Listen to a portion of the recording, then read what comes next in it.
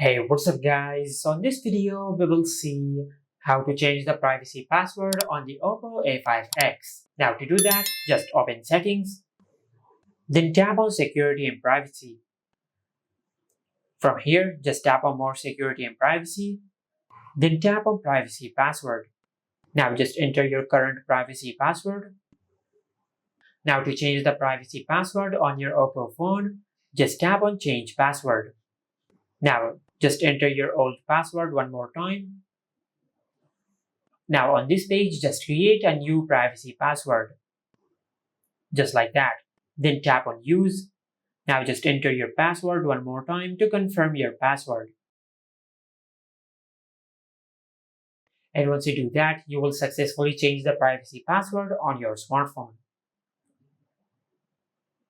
Just like that. And this is how you can change the privacy password on the Oppo A5x. Make sure to like, comment, and subscribe. Thank you for watching.